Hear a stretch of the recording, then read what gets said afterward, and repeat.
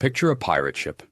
Anarchy, rum, brawls, and blind obedience to a captain with an iron hook for a hand. This is the world we know from books and movies.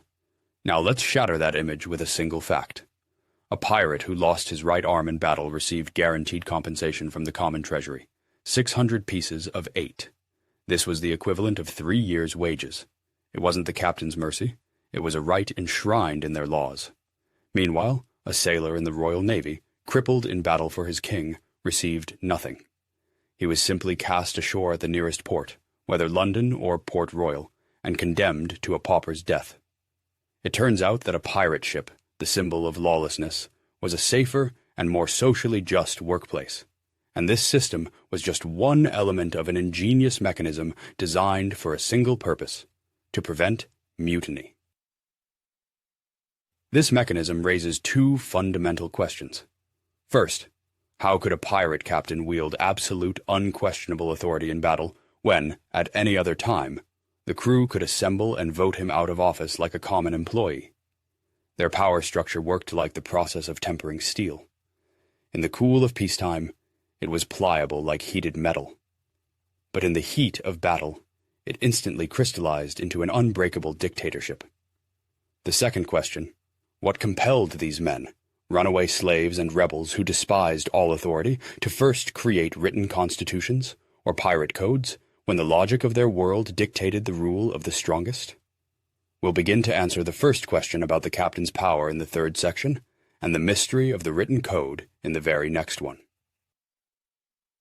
By the end of this video, you will no longer see pirates as mere cutthroats. You will see them as brilliant social engineers who created the most effective management system for extreme conditions. We will give you their psychological toolkit, how they created a sense of ownership, how they guaranteed justice, and how they built a brand so terrifying that over 90% of their attacks ended without a single shot fired. Merchant ships would surrender at the mere sight of the black flag. Pirates solved a universal problem: how to motivate a crew of free, armed, and skeptical individuals. You will understand why their model, created 300 years ago, proves to be more effective than many modern leadership approaches. To give you a sense of the discoveries that await, here is our roadmap. In just 5 minutes, we will dissect the anatomy of power on board and meet the man who was the captain's true kryptonite, the quartermaster, who could legally override his orders. In 11 minutes, you will see the numbers that prove why the pirates' system for distributing plunder was radically fairer than the bonus structures in most modern corporations. And in 19 minutes, we will reach the climax and reveal the ultimate paradox of leadership: how a complete surrender of power in peacetime gave a pirate captain absolute authority in battle. In 5 minutes, you will learn about the man who was second in command on the ship, but first in influence. And it wasn't the captain. How did the most defiant people in the world, who fled from all laws, immediately create their own? Pirates, the symbols of lawlessness, began their careers with a bureaucratic procedure: signing a constitution. At first glance, the answer seems simple. Every ship needs rules to avoid chaos. The code appears to be just a set of prohibitions. Don't steal, don't fight on board, obey in battle. A criminal code for bandits. But the facts completely demolish this simplistic view. The code was not imposed by the captain. It was created and signed by the entire crew before the voyage began. And it was this document that gave the captain his power, not the other way around. Captain Bartholomew Roberts's code clearly stipulated every man's right to a vote in current affairs. Pirate order was born not from fear, but from voluntary consent. The very fact that the law was above the captain explains why they needed an independent enforcer of that law. Imagine the scene. Pirates have captured a merchant vessel. A few of its sailors are offered the chance to join, but instead of being handed weapons, they are led to a table with a document and made to swear an oath. This seems like an illogical formality. Practically, it's a safety briefing to ensure the new recruit knows the rules. However, the reality was much deeper when compared to their former lives. In the British Navy, up to 50% of the crew consisted of impressed sailors, men seized from the streets. There, laws were tools of oppression. The pirate oath was an act of liberation. The recruit placed his hand not on a Bible, but on the cold steel of crossed pistols or a human skull. This symbolized a final break with the old world. The code was their declaration of independence. This contract guaranteed rights. But who guaranteed the contract against the most powerful man on the ship? In a charter written by robbers, the ban on gambling for money is striking. It seems like absurd hypocrisy. The simple explanation is that gambling leads to debt, quarrels, and knife fights, which reduces combat effectiveness. But the picture changes when we view it not as a rule, but as a business decision. The pirates' main asset was trust and unity. Any internal debt or grudge was like a tiny crack in a dam that could lead to disaster under pressure. The code protected not their morals, but their business model. All disputes, according to the rules, were settled ashore in a duel to first blood, but never on board. This kept the ship a neutral territory. The code was their insurance policy against internal risks. This internal stability was the foundation. But it would have collapsed without the key figure who served as a counterweight to the captain. The greatest weakness of any constitution is the person who holds power. What was to stop a pirate captain on the open sea from simply ignoring the code? We've established that the code created rules, guaranteed rights, and ensured unity. The system seems robust, but human history screams the opposite. Any system without checks and balances is doomed to tyranny. On the merchant ships from which the pirates fled, the captain was simultaneously prosecutor, judge, and executioner. They knew this could not be allowed. The pirates intuitively understood the fundamental principle of the separation of powers. They realized the code was just the software. They needed an independent system administrator, and so they created a position with no parallel in maritime history. In the next section, we will meet the quartermaster, the man who could fire his boss. On a Royal Navy ship, the captain was almost a god. On a pirate vessel, 90% of the time, there was a man more influential than him. The quartermaster. At first glance, he seems like just an effective manager. He distributed provisions and water, maintained order, and kept track of the plunder. But reality shatters this bureaucratic image. He held veto power over the captain's orders in all matters except combat. He alone administered punishment for infractions. If a captain, in a fit of rage, ordered a sailor to be flogged, the quartermaster would calmly stop him, state that it was his jurisdiction, and after an inquiry, assign a lighter punishment. The crew saw that tyranny was impossible. This system of checks was the foundation. But it would have crumbled without its primary source of legitimacy. A sailor believes he was shorted on his rum ration. On a merchant ship, he would have stayed silent or plotted a mutiny. Here, he goes to the quartermaster with his complaint. He isn't afraid, because the quartermaster was elected by the crew. His loyalty was to the sailors, not the captain. He was their representative in power, not an appointee from above. And unlike the captain, who was removed for serious misconduct, the quartermaster could be voted out by the crew at any moment if he ceased to protect their interests. The crew's discontent was like a river. On merchant ships, they tried to dam it, which inevitably led to a breach. The quartermaster, however, created a safe channel for it, preventing mutiny. This balance solved internal problems, but its true value was reflected on the payroll. The numbers are shocking. The captain, who led the ship into battle and risked being the first to be hanged, received 2 shares of the plunder. The quartermaster, responsible for internal order, received nearly as much, 1.5, and sometimes even 2 shares. Why was their contribution valued almost equally? This wasn't about salary. It was a declaration of the separation of power. The captain was responsible for foreign policy and defense.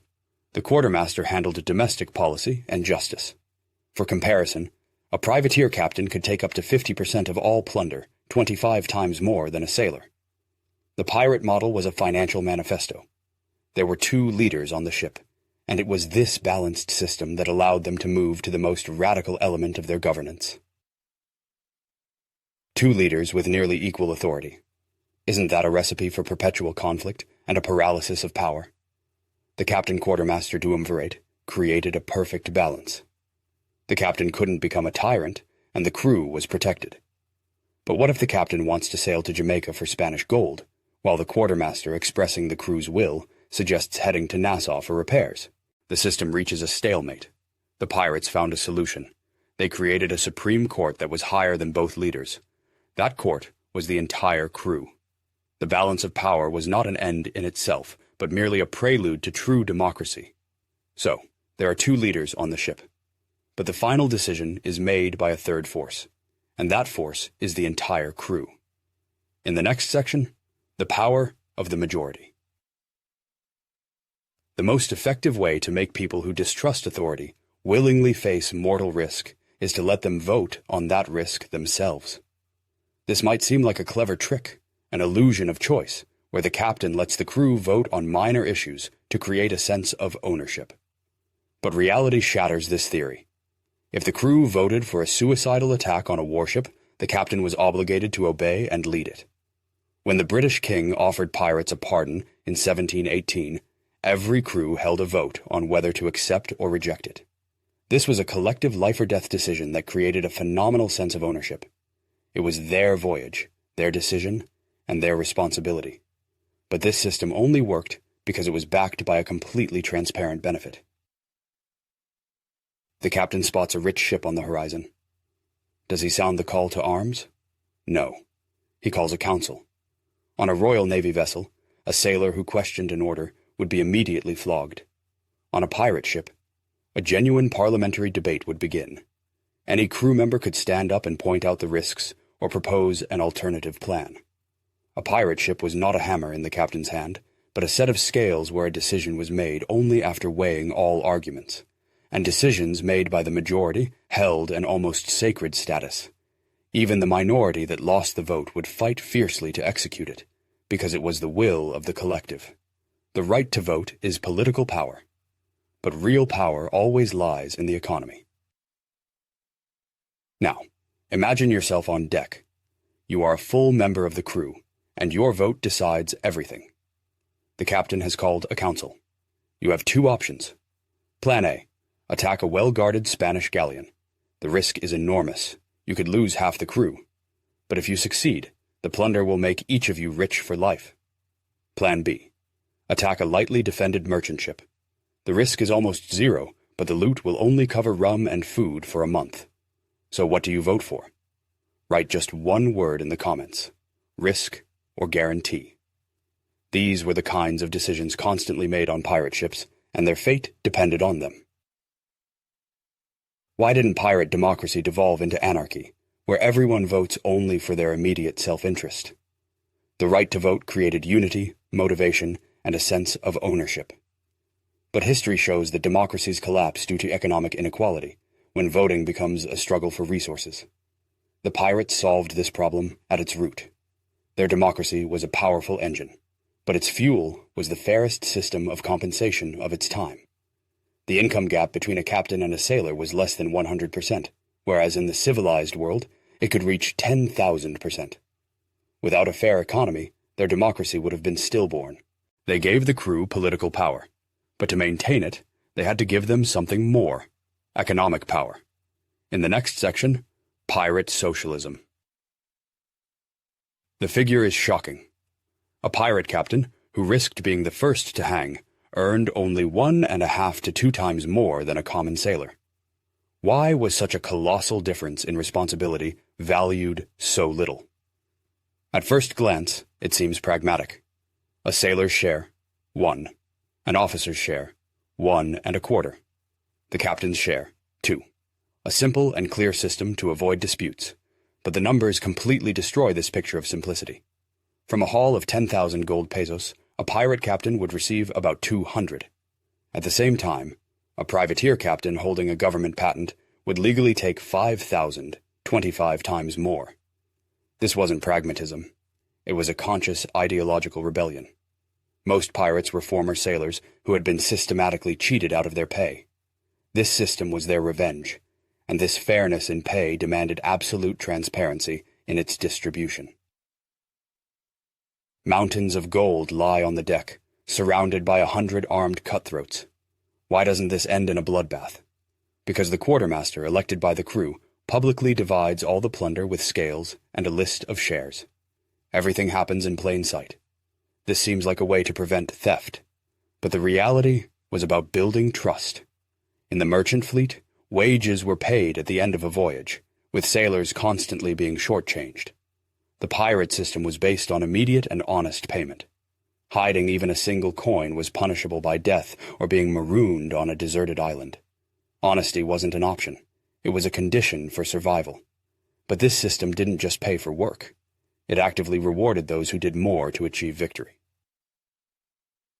If everyone has a nearly equal share, doesn't that kill motivation? Why be the first to board an enemy ship if you get the same as the one hiding behind the mast? The answer lay in a system of bonuses. The one who first spotted a target ship or first set foot on its deck received an extra share or 100 pesos. This wasn't just a bonus. It was meritocracy in its purest form. Your income depended not on your rank, but on your actual contribution at that moment. And these bonuses were written into the code, not left to the captain's discretion. The system transformed the crew from a flock led by a shepherd into a wolf pack on the hunt, where each member sought the opportunity to strike the decisive blow. This system brilliantly rewarded success, but even more remarkably, it protected them from the consequences of injury. Fair pay creates loyalty. But what if you can no longer work? In the 18th century, an injured sailor was doomed to poverty, except on a pirate ship.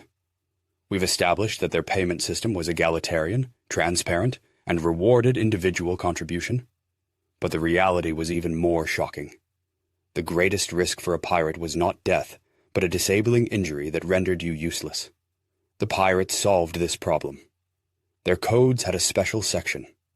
Before the plunder was divided, fixed payments for injuries were set aside from the total sum. Lose a right arm, 600 pesos. A left arm, 500. An eye, 100. This compensation was enough to buy a small farm in Jamaica. They created the world's first corporate social insurance system, and we will explore how it worked in the next section. Logic breaks down at one fact. A pirate, whom we consider a savage, had a legally guaranteed right to a disability pension. Yet a heroic sailor of the Royal Navy, who fought for the Empire, had nothing. At first glance, this seems like a pragmatic clause in a contract, an insurance policy for bandits. The Articles of Agreement, their code, had a clear table of payments for specific injuries. But the reality of the system turns everything upside down. In His Majesty's fleet, a wounded sailor was discharged ashore at the first port, condemning him to poverty. The pirate system wasn't just better, it existed where the civilized world had a void. It was the difference between a future and hopelessness. 600 silver pesos for a right leg, 500 for a left, 100 for an eye. This wasn't charity. It was a right. This system protected them financially. But its main effect was psychological. How does a financial guarantee make a person bolder in battle? The greatest terror for an 18th century sailor was not death, but disability. Death is quick. The life of a cripple without support is a slow agony of humiliation. The pirate system attacked this paralyzing fear directly. A pirate knew that even if he lost a leg, he would not be thrown onto the street. He would receive a sum equivalent to 10 years' wages and could start a new life. This certainty freed his mind for combat, but the effect was not individual, it was collective. When everyone knew that their shipmate would be cared for, it fostered unprecedented trust. They fought not just for a share, but for the person beside them. This turned a band of mercenaries into a brotherhood. The money for compensation was set aside from the total plunder before the final division. Caring for their own was priority number one, above personal gain. While the laws of brotherhood governed the ship internally, the pirates prepared a very different performance for the outside world. How could an act of internal justice become a weapon? Imagine the scene. A merchant ship is captured. Its crew witnesses not chaotic looting, but an orderly process. And then, the unthinkable happens. Before dividing the gold, the pirate quartermaster publicly counts out a huge sum and hands it to a one-legged comrade. To a captive sailor, accustomed to being cheated, this looks like a miracle. He sees a society that takes care of its own. And then the pirate captain makes an offer to join. He offers not just freedom, he offers membership in this brotherhood, which has just demonstrated its reliability. The compensation system was their most effective recruitment tool. It allowed them to pick the most experienced sailors from captured ships, men who had seen the proof with their own eyes. This internal humanity was just one side of their carefully crafted image. A pirate ship lived by two different sets of laws, one for internal use, the other for external. For members of the corporation, there was a remarkably progressive social contract, a constitution, democracy, fair pay, and social insurance. This created a cohesive, loyal, and motivated crew. But this internal justice was available only to the initiated. To the rest of the world, they deliberately cultivated an image of ruthless monsters, and this image was not a byproduct of their robbery, but their main weapon. One could not exist without the other. It was precisely because the crew was so united and protected that they could wage effective psychological warfare, and that warfare, in turn, allowed them to avoid battles, preserving the lives and health of the Brotherhood's members. Now that we understand what protected the pirates from within, let's see how a single piece of black cloth allowed them to win without even starting a fight. How could a piece of black cloth be deadlier than a cannonball? At first glance, it's just a flag. The Jolly Roger? Its symbolism was clear to any sailor. A skull meant death, sabers meant violence. Pirates used a scary flag to frighten their victims, but the numbers completely demolished this simplistic view. Over 90% of pirate attacks concluded without a single shot fired. This transformed the flag from a mere scare tactic into a key element of their business model. Every battle risked losing men and damaging the plunder. The Jolly Roger saved gunpowder, time, and most importantly, the lives of their insured comrades. Raising the flag was easy, but building a reputation that made the whole world believe in its threat was immeasurably harder. Why didn't pirates constantly fly the Jolly Roger? It was a tactic of disguise. Sailing under an English flag, a pirate ship could approach its victim within firing range, denying it any chance to escape. But the reality was more complex. The sudden switch to a black flag was not the start of an attack, but the beginning of negotiations. It was a visual ultimatum. We are giving you one chance to surrender without a fight. Sometimes they would raise a red flag, which meant no quarter would be given. Pirates didn't just attack, they offered a choice. The flag system worked like a switch. The black flag set it to the choice is yours position. The red flag irrevocably flipped it to no mercy. The threats on the flag had to be backed by real deeds, and for this, the pirates developed a perfect PR strategy. So, who were the pirates? Ruthless killers or pragmatic businessmen? They were both. If a merchant crew resisted, the pirates would unleash their full fury upon them, often executing the captain. This brutality was not random but a calculated investment in their reputation. Survivors would spread the word about the terrible fate of those who dared to resist. But to those who surrendered immediately, pirates were surprisingly merciful. They were often released unharmed.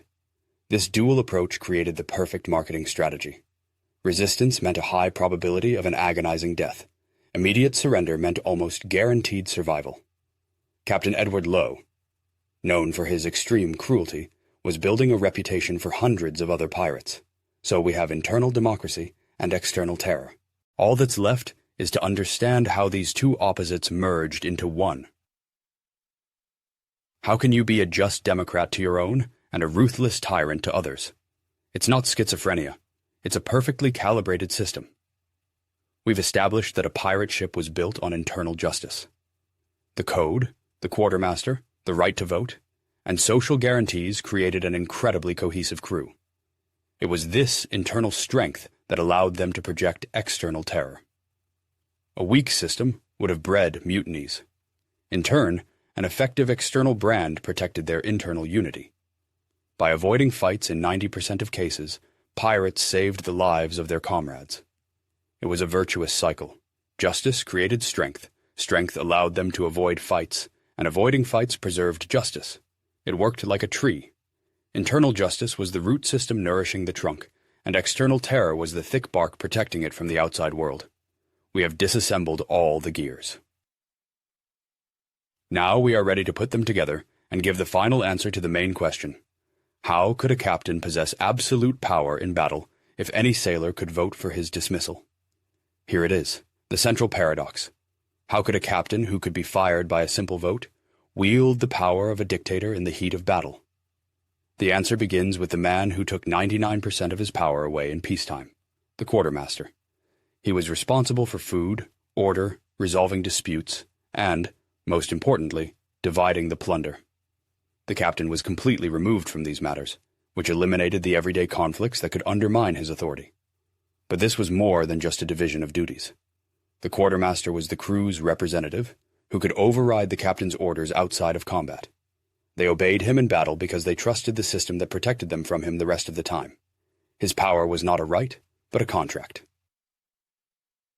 Now, imagine a boarding action. The captain shouts orders, and everyone executes them instantly. Where does this discipline in rebels come from? It's not fear. It's democracy. The decision to attack this ship was not made by the captain, but by the entire crew in a general vote. Each pirate was not an executor of someone else's will, but a shareholder executing their own business plan. They obeyed the captain because he was the most experienced tactician, hired to carry out their collective decision. To mutiny against him at that moment would mean mutinying against themselves and their share of the plunder. Their interests and the captain's interests were 100% aligned. To gain absolute power, you must first give it away. The captain voluntarily ceded power over daily life to the quartermaster, power over strategy to the general vote, and power over money to a fair system of distribution. He was not above the system, but within it, and it was this rejection of tyranny that gave him unquestionable authority in battle. The crew fiercely defended his power in a fight because the entire system protected them from his power in peacetime. In such a structure, mutiny became pointless. Why rebel? To seize power? The crew already had it. Already. For money? The system was already fair. Because of cruelty? The quartermaster would not allow it. The pirates created a system where any conspirator could offer the crew nothing better than what they already had. Were they management geniuses? No. They were pragmatists who stumbled upon a brilliant solution under extreme conditions. The captain's absolute power in battle was a direct consequence of his near-total powerlessness outside of it. His authority was earned, not imposed. Their system was like an arch, each stone pressed against the next. But it was this shared tension that made the entire structure incredibly strong. This model, forged in sea battles 300 years ago, is based on principles that today form the foundation of the most progressive management theories: transparency, ownership, and justice. The pirates didn't read books on leadership. They wrote them with their blood. A pirate ship was not a gang, but an 18th century startup. Their code was not just a set of rules, but a company charter and corporate culture signed by every employee. The captain was not a dictator, but a project manager whose absolute authority was activated only during the task's execution, the attack. The rest of the time, the quartermaster, a hybrid of a COO and a union boss, was in charge, ensuring fairness. The captain was responsible for foreign policy, the quartermaster for domestic. This structure was the foundation, but key decisions that determined the fate of the entire enterprise were made by the collective board of directors, the entire crew. Every pirate was not just an employee, but an investor who had staked his life on the venture, and like any investor, he had a right to vote on strategic issues. But this democracy only worked because of a completely transparent economy. The radically flat system of plunder distribution, where the captain received just 1.5 shares, and the compensation system were enshrined in the charter. This eliminated any suspicion and created an unprecedented level of loyalty. Their internal justice was the source of their external strength. The fundamental lesson from the pirates is this: true, sustainable power is born not from fear of a leader, but from trust in a fair system that protects everyone's interests. They created a mechanism where the interests of the captain and the crew were completely synchronized. He could only be successful if the entire crew was successful. They proved that even the most notorious rebels are willing to work as a single organism if the rules of the game are fair and beneficial to all. Their system worked like a skeleton. It didn't force movement, but it provided a solid framework upon which the muscles, the will of the crew, could operate with maximum efficiency. And this story poses one question to each of us. What is more important for the success of a modern team, company, or even an entire country? A strong, charismatic, authoritarian leader who leads the way? Or a fair, transparent system of checks and balances that works in everyone's interest? Write just one word in the comments. Leader or system. It will be incredibly interesting to see which approach wins in the 21st century.